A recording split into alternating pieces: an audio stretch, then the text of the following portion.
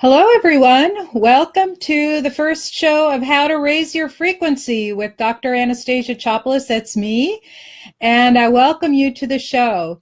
So I had a prepared little thing this morning, and I think I'm going to go ahead with it. And I got a request to talk about the idea of being able to bring in or manifest things with your thoughts. In other words, this magnetic way of being able to bring in what you need. And so the first thing that I'm going to talk about really is people ask me, how do I diagnose problems? Like when people ask me a question, like how do I diagnose them? So in most people that you meet that are a little bit psychic and so on, they'll kind of read you and come up with a pop answer. So I can do that. That's pretty simple, but usually there are underlying issues. And I'm going to give you a little example. Yesterday I sat down to lunch with a very delightful woman, and she was telling me that she thinks the reason that she's not making progress in her life is one thing. And we all get it. And that is when we want everything to be perfect before we launch or before we actually do something. So you spend a lot of time preparing, and you don't make any progress because you're too busy in the minutia to be able to step back and look at the big picture. And so what I saw while she was telling me that, and I asked several questions, and I'll let you know what those are, because you can also diagnose your own problems and figure out what they are. And as she was telling me the story, I could hear that the real reason actually happened to her when she was 7 years old and had a major event in her life. And as I started going through the process that I usually use to figure out, I can do this very quickly. And what I do is I first look in the energy field and I say, is there something in there that I need to know about? And then I go through and I check the various energy portals. They're also called chakras. And I check to see which one is the most blocked. And then I move forward into, is the problem spiritual, emotional, mental, or physical? And it came across as mental, and there's some emotional component with mental. So it came across as mental. And then I asked the question, so then I asked her, is there something that happened to you when you were 7 years old? And I just said, any big event that comes to mind right away. And if you don't have that like insight, like the voice listening to you, so the next thing that you can do is also say, is it something that happened between the ages of 0 and 5? Is it something that happened between the ages of 5 to 10? And so on until you either muscle test it correctly. You can go to my YouTube channel to see how some of the methods I use to muscle test. I predominantly use pressing my finger. This is yes and that's no. But you can figure out, some people use dowsing, that's hanging a pendulum. Some people just hear the answer. It just depends. Some people stand and notice which way they sway. And so once we came to that event, she mentioned what the event was, and then I supplied the background material, which all became very obvious to me at that point. So one of the ways that you can actually, without having to get into that investigative detail, is that there was a large emotional component of fear attached to this particular event. And what I did was, the fear sits in the kidneys and the bladder.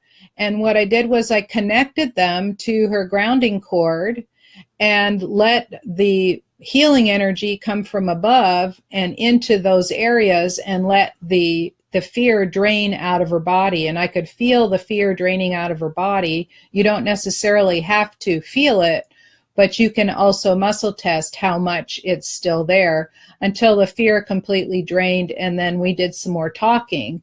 So one way for you to do it is if there's something that's holding you back, you can ask those very same questions.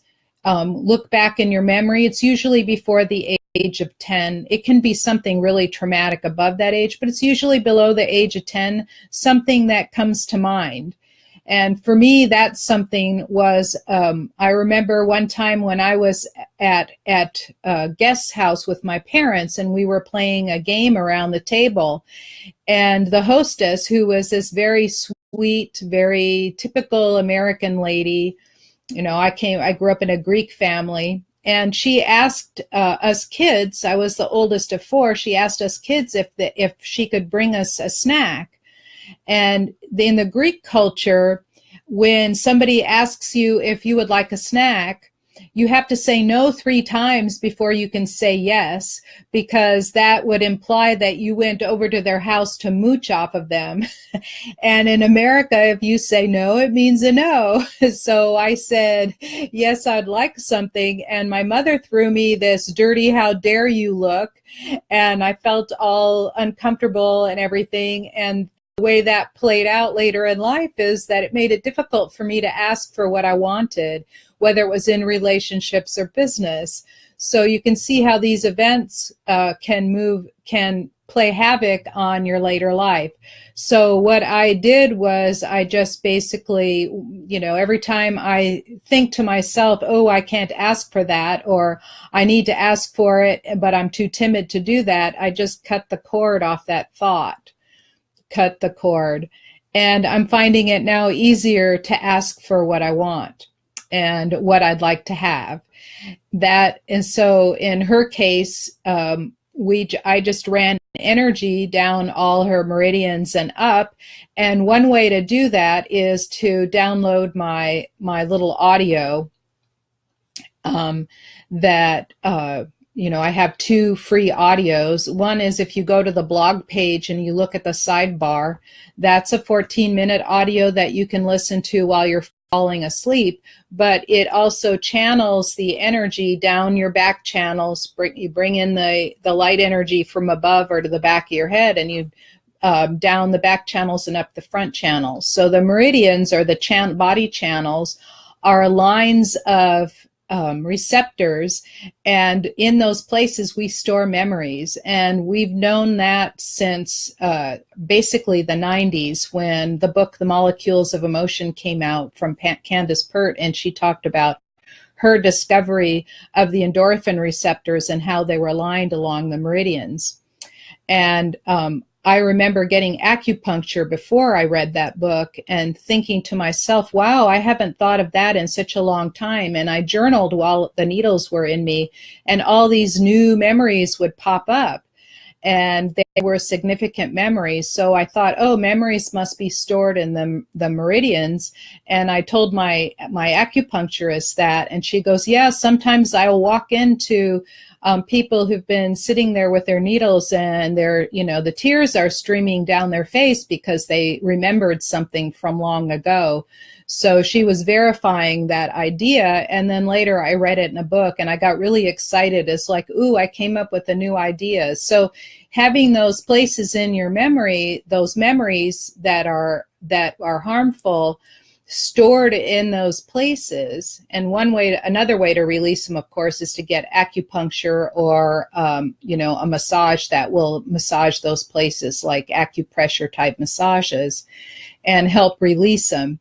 But another way is to simply listen to the healing audios that I have that run the energy up and down the channels. And as you can imagine them opening up and flushing out all of those old harmful memories. So that's one clue to do that. And the other idea that somebody said, could you talk a little bit about the law of attraction? So, the law of attraction isn't just simply making a vision board and sticking it up there and saying, that's the house I want to move into, or that's the way I want my body to look, or, this is how much I want to weigh, or this is where I want to live in the world, and this is the man I want to attract. So that's just the first step. And when I want to create something, and I use the law of attraction all the time, but I don't really call it that. So the way I do it is I first have to write it out. I'm visual, but I'm also writing is a very important exercise for me. So I sit down and I write it all out, like I'm planning a 2-year program, and I've got the skeleton of it done, and it's several pages already of who should be in it, what the content is going to be, how often we're going to meet, where we're going to meet, how it's going to look. In other words, I want to have basically 2 tracks in this 2-year program. One track will be for people who want to get a full-blown healing, and the other track will be for healers. And I've got this all written out very clearly. But now that this is all written out clearly, I still need to define it a little bit. And now that it's written out all clearly, I have to figure out how to make it happen.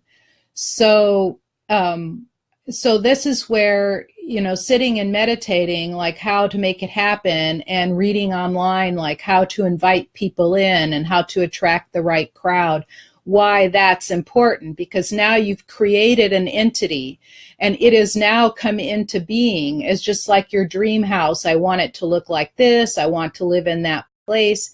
And now you have to start looking at houses. You can't just sit there and it magically will fall on your lap and then you'll get to move in. But let's say it's a $2 million house. So how are you going to fund that? You're going to have either an income that supports a really huge mortgage, like $1.6 million mortgage. And if you look that up, it's quite expensive. It's several $1,000s a month. And then the taxes that you'll have to pay the state will also be a huge amount. So a huge amount every month. So you're going to have to figure out, okay, I need that kind of income to support it. And now the whole idea is you need to figure out what it is that you need to create for yourself in order to get to that point. And it's likewise, if you want to meet somebody, you have to go to the places that particular somebody will hang out, your ideal mate. You have to go to those places that they'll hang out.